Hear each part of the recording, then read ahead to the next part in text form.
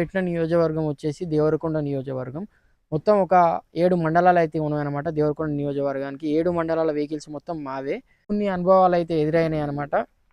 మెయిన్‌గా అయితే ఆల్రెడీ ఫస్ట్‌లోనే చెప్పిన. మనకి ఈ పార్టీలతో మనకు సంబంధం లేదు డ్రైవర్స్‌కి. సో, ప్రతి ఒక్కరు గూడా నాకు కొన్ని కామెంట్లు పెట్టిర్రు. జై బీఆర్ఎస్, జై కాంగ్రెస్, అదేవిధంగా జై బీజేపీ అని కొన్ని కామెంట్లయితే వచ్చినాయన్నమాట. సో, ఈడ పార్టీల గురించి గాదు. ఏ పార్టీ అన్నా సో, వాళ్ళైతే రెగ్యులర్‌గా అయితే చాలామందైతే తిడుతుండేవాళ్ళు. ఎందుకొచ్చినావు మా ఊర్లో తిరగొద్దు అది ఇది అని చెప్పేసైతే ఇష్టం వచ్చిన మాటలు అంటుండేవాళ్ళనమాట. సో, కాల్స్ అయితే చేసిర్రు. అన్న మాకు అమౌంట్ ఎగ్గొట్టిర్రు అన్న అని చెప్పేసైతే చాలామంది ఇట్లా కాల్ చేసిర్రు. నాకైతే మస్తు బాధ అనిపించింది.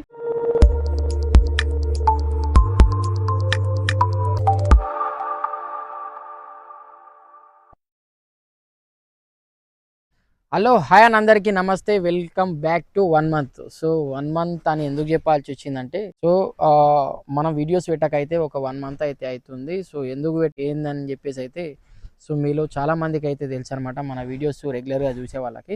సో, 1 మంత్ క్రితం అయితే మనమైతే ఎలక్షన్స్ క్యాంపెయిన్స్‌కి అయితే పెట్టినామనమాట వెహికల్ అనేది. సో, చాలామందైతే నేను కొన్ని వీడియోస్ పెట్టినా మన వెహికల్ రెడీ అయింది పెట్టినా. సో, ఏ విధంగా రెడీ అయితుంది అది ఇది అని చెప్పేసైతే ఒక 3 పార్ట్‌ల కింద అయితే వీడియోస్ అయితే పెట్టినా అనమాట. First part, second part, third part ఇవన్నీ చూసిన వాళ్ళైతే కొన్ని కామెంట్లు అయితే పెడుతున్నారు. సో, కామెంట్స్ ఏందంటే, భయ్యా మీకు మంత్లీ ఎంత ప్యాకేజ్ ఇస్తున్నారు? అదేవిధంగా మీకు ఫుడ్ ఎవరు ప్రొవైడ్ చేస్తున్నారు? డీజిల్ ఎవరు ప్రొవైడ్ చేస్తున్నారు? రకరకాలుగా కొన్ని కామెంట్లు అయితే వస్తా ఉన్నాయన్నమాట. సో, ఆ కామెంట్స్‌కి అన్నీ ఇప్పుడైతే నేనైతే ఫుల్ క్లియర్‌గా అయితే ఈ విధంగా మాకు డీజిల్ ఎవరు ప్రొవైడ్ చేశారు? అదేవిధంగా మాకు ఫుడ్డు, అదేవిధంగా షెల్టర్ ఎవరు ప్రొవైడ్ చేశారు? అని చెప్పేసి అయితే ఫుల్ క్లియర్‌గా అయితే ఈ వీడియోలో అయితే ఎక్స్‌ప్లెయిన్ అయితే చేయబోతున్నాను అనమాట. సో, చాలామంది ఇంకా కొన్ని డౌట్స్ అయితే అడిగారనమాట. భయ్యా అమౌంట్ ఎలక్షన్స్ క్యాంపెయిన్స్‌కి వెహికల్ పెడితే అమౌంట్ కరెక్ట్ ఇస్తారా? ఇవ్వరా? సో, అదే విధంగా మనం ఎలక్షన్స్ క్యాంపెయిన్స్‌కి వెహికల్ పెట్టినప్పుడు అనేవైతే ఎదుర్కోవాల్సి ఉంటది. అవేంటివి అని చెప్పేసి అయితే ఈ వీడియోలో అయితే ఫుల్ క్లియర్‌గా అయితే నేనైతే చెప్తాను. ఇంకొకటి ఏందంటే మన ఛానల్‌ని చూస్తున్నారు, సబ్స్క్రైబ్ అయితే చేసుకుంటలేరు. ప్లీజ్ ప్రతి ఒక్కరు కూడా సబ్స్క్రైబ్ అయితే చేసుకోండి. సో, మొత్తానికైతే మేము 24 డేస్ అయితే వెహికల్ అనేదైతే నడిపినాం అనమాట. ఇంకొకటి 5 డేస్ ఇక్కడనే పట్టింది. హైదరాబాద్‌లోనే పట్టింది కాబట్టి 24 డేస్ అయితే నడిపినాము. సో, మీకు ఇంకొకటేందంటే మేము ఏ టైంకి స్టార్ట్ అయినాం, అదేవిధంగా మేము లంచ్ ఏ టైంకి చేసినాం, సో, వెహికల్ ఎండ్ ఏ టైంకైతే చేసినాం అని చెప్పేసైతే టైమింగ్స్ ఇట్లా చెప్తా. ఇంకొకటి మేము పెట్టిన నియోజకవర్గం వచ్చేసి దేవరకొండ నియోజకవర్గం. మొత్తం ఒక 7 మండలాలైతే ఉన్నాయన్నమాట దేవరకొండ నియోజకవర్గానికి. 7 మండలాల వెహికల్స్ మొత్తం మావే. సో, ఒక్కొక్కరి ఒక్కొక్క మండలానికైతే పంపించేసిర్రు. సో, మనకు చాలామందైతే కొంతమందికి తినమని అమౌంట్ ఇస్తారు. అదేవిధంగా ఓ దగ్గర పడుకో అని షెల్టర్ గిట్ల ఇస్తారు. సో, మాకైతే షెల్టర్ అయితే ఏం ప్రొవైడ్ చేయలేదు.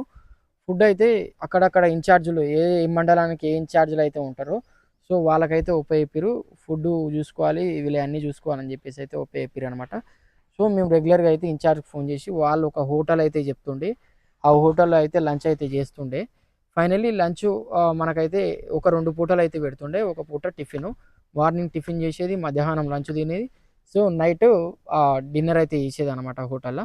ఫైనల్లీ ఈ ఫుడ్ విషయాన్ని పక్కకు పెడితే మనం డ్యూటీ చేసింది ఆహ్, మనం పొద్దుగాల 6 గంటలకైతే స్టార్ట్ అయ్యేదనమాట రెగ్యులర్‌గా అయితే. సో, 6 అంటే 6:30, 7 సో, 7 లోపే మనమైతే రెగ్యులర్‌గా అయితే స్టార్ట్ అయ్యేది. సో, తర్వాత 12, 12:30, 1 వరకైతే నడిపి లంచ్ అయితే చేసేది. తర్వాత ఒక 2 అవర్స్ బ్రేక్ అయితే తీసుకునేది. తీసుకున్న తర్వాత ఒక 3:30కి అట్లా లేసేసి అయితే మళ్ళీ ఫైనల్‌గా మనం ఒక దాదాపు ఒక 8, 8:30 సో, 8 వరకి 8:30 వరకైతే వెహికల్ అనేదైతే నడుపుకొని ఏ నియోజకవర్గం వాళ్ళు ఆ నియోజకవర్గంలో వెహికల్స్ సో, వాళ్ళకి ఎక్కడైతే పార్కింగ్ చెప్తారో సో, అక్కడైతే మనమైతే వెహికల్ పార్క్ చేసి అయితే సో, మాకక్కడే మాది అదే నియోజకవర్గం కాబట్టి సో, మా ఇండ్లు అక్కడే కాబట్టి మేమైతే రెగ్యులర్‌గా ఇంటికెళ్ళేసి అయితే పడుకొని తెల్లారి మేము మళ్ళీ వెహికల్ దగ్గరికి వచ్చేసేసి డ్యూటీ అయితే చేసేది. సో, నాకు కొన్ని అనుభవాలైతే ఎదురైనాయనమాట. మెయిన్‌గా అయితే ఆల్రెడీ ఫస్ట్‌లోనే చెప్పిన. మనకి ఈ పార్టీలతో మనకు సంబంధం లేదు డ్రైవర్స్‌కి. సో, ప్రతి ఒక్కరు గూడా నాకు కొన్ని కామెంట్లు పెట్టిర్రు. జై బీఆర్ఎస్, జై కాంగ్రెస్, అదేవిధంగా జై బీజేపీ అని కొన్ని కామెంట్లు అయితే వచ్చినాయన్నమాట. సో, ఈడ పార్టీల గురించి గాదు.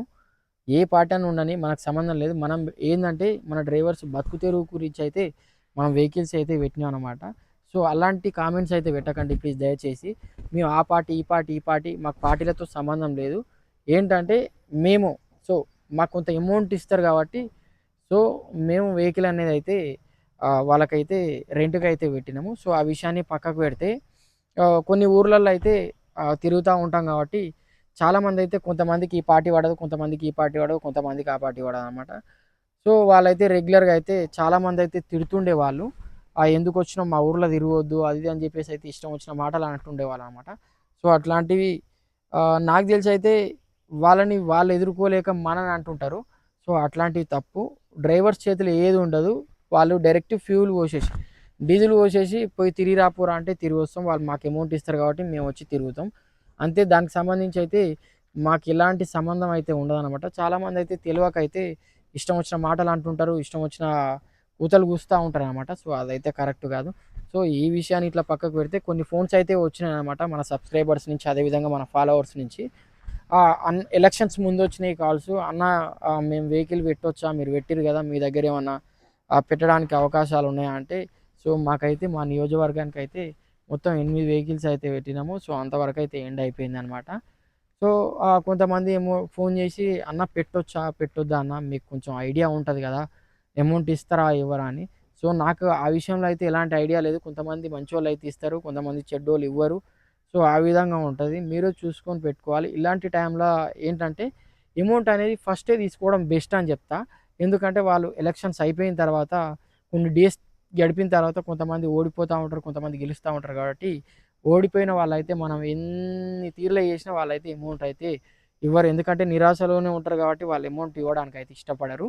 సో మనకిట్లా వాళ్ళ దగ్గరికెళ్ళి అడగాలంటే ఎట్లో అనిపిస్తది, నామోషి అనిపిస్తది.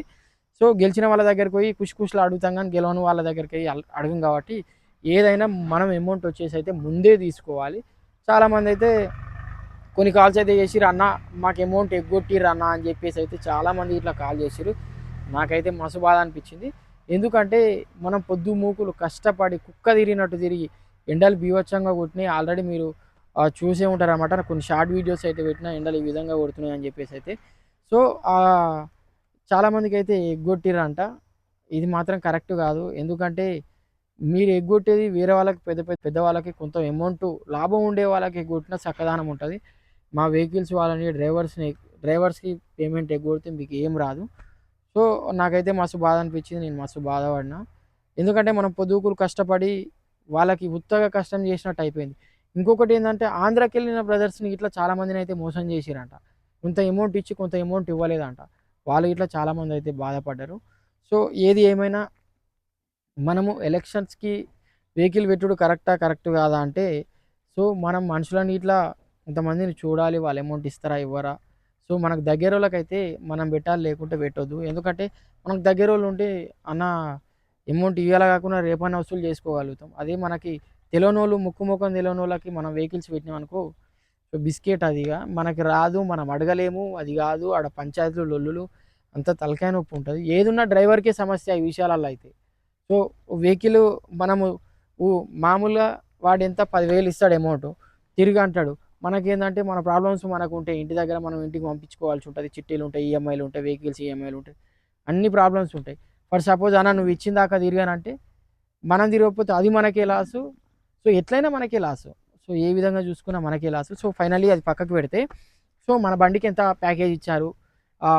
ఇంకా మన మిత్రులు చాలామంది ఉన్నారు. బీజేపీ పార్టీకి పెట్టారు. అదేవిధంగా బీఆర్ఎస్ పార్టీకి పెట్టారు. మనం కాంగ్రెస్ పార్టీకి పెట్టాం కాబట్టి సో మన ప్యాకేజ్ ఎంత ఇచ్చారు, వాళ్ళ ప్యాకేజ్ ఎంత ఇచ్చారు అని చెప్పేసి అయితే ఇప్పుడు క్లియర్‌గా అయితే మీకైతే చెప్తాను.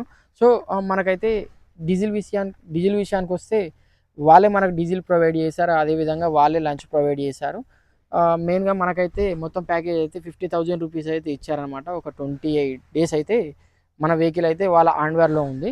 సో 28 డేస్‌కి మనకు రూ. 50,000 అయితే ప్యాకేజ్ అయితే ఇచ్చారు.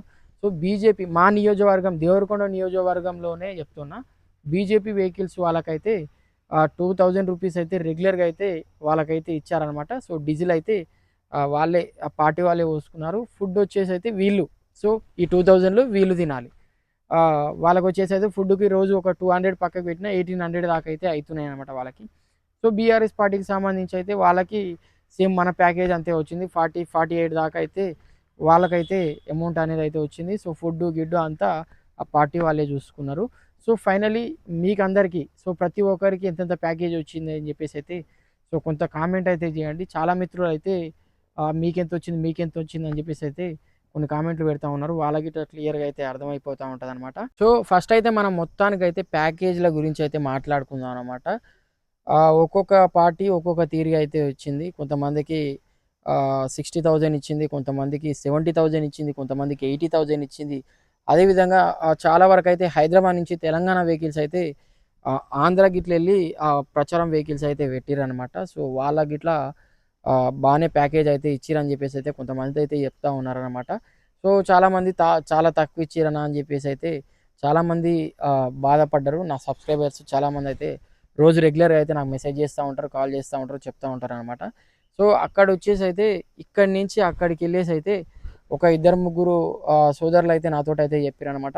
భయ్యా మాకైతే ఒక 45,000 రూపీస్ దాకా అయితే 1 మంత్‌కైతే ప్యాకేజ్ ఇచ్చిరని చెప్పేసైతే చెప్పిర్రు. సో ఇంకొకటి మన తెలంగాణలో గిట్లా చాలామంది బీజేపీ పార్టీకి పెట్టినోళ్ళు గానీ, అదేవిధంగా బీఆర్ఎస్ పార్టీకి పెట్టినోళ్ళు గానీ, అదేవిధంగా కాంగ్రెస్ పార్టీకి పెట్టినోళ్ళు గానీ చాలామంది సోదరులు కలిసి అయితే మాకింత ప్యాకేజ్ ఇచ్చిర్రు, ఇంత ప్యాకేజ్ ఇచ్చిర్రు అని చెప్పేసైతే నాకైతే చెప్పిరనమాట. సో ఆంధ్రాకి పోల్చుకుంటే తెలంగాణలోనే ఆ ప్యాకేజ్ అనేదైతే ఎక్కువ ఇచ్చిర్రు. సో ఆంధ్రాలో అయితే పాపం నాకు బాధ అనిపించింది. ఎందుకంటే ఇక్కడి నుంచి హైదరాబాద్ నుంచి ఆంధ్రాకి చాలామంది ఒక్కొక్కరు 500, 600 కిలోమీటర్లు, 700, 800 కిలోమీటర్లు, సో అంతవరకైతే 700 కిలోమీటర్ల వరకైతే వెళ్ళిన వాళ్ళు ఉన్నారనమాట. ఈ మూల నుంచి ఆ మూలకి వెళ్ళిన వాళ్ళు ఉన్నారు హైదరాబాద్‌కి నుంచి అయితే. సో వాళ్ళకైతే చాలా అంటే చాలా తక్కువ అమౌంట్ వచ్చింది. సో నాకదైతే మస్తు బాధ అనిపించిందనమాట. సో 45,000 అంటే ఇక్కడి నుంచి హైదరాబాద్ నుంచి సో ఆంధ్రాకి 700 కిలోమీటర్స్ దాకా అయితే ఎళ్ళిన చాలామంది సోదరులు గిట్లా ఉన్నారు. సో వాళ్ళకి ఏదైతే ఏంది చాలా అంటే చాలా తక్కువ అమౌంటు. సో దాని గురించి పక్కకు పెడితే మనకొచ్చిన ప్యాకేజ్ అయితే మీతో చెప్తా అని చెప్పాను కదా! సో మనకి మన దగ్గరలో ఉన్న మన నియోజకవర్గంలో ఉన్న కొంతమందికైతే పర్ డే 2,000 రూపీస్ అయితే ఇచ్చిర్రు. నాకైతే 1 మంత్ కింద అయితే ఇచ్చిరనమాట. సో మళ్ళీ బీఆర్ఎస్ పార్టీకి కొంత అమౌంట్ తక్కువనే ఇచ్చిర్రు. వాళ్ళకొక 45,000, సో ఆంధ్రాలో ఏ విధంగా ఇచ్చిర్రో ఆ విధంగా అయితే వాళ్ళకైతే 45,000 అయితే ఇచ్చిర్రు. సో మాకొచ్చేసి అయితే ఒక 50,000 రూపీస్ దాకా అయితే మాకు ప్యాకేజ్ అయితే ఇచ్చిరనమాట. సో అందులో మీకు కొన్ని కట్ చేయి.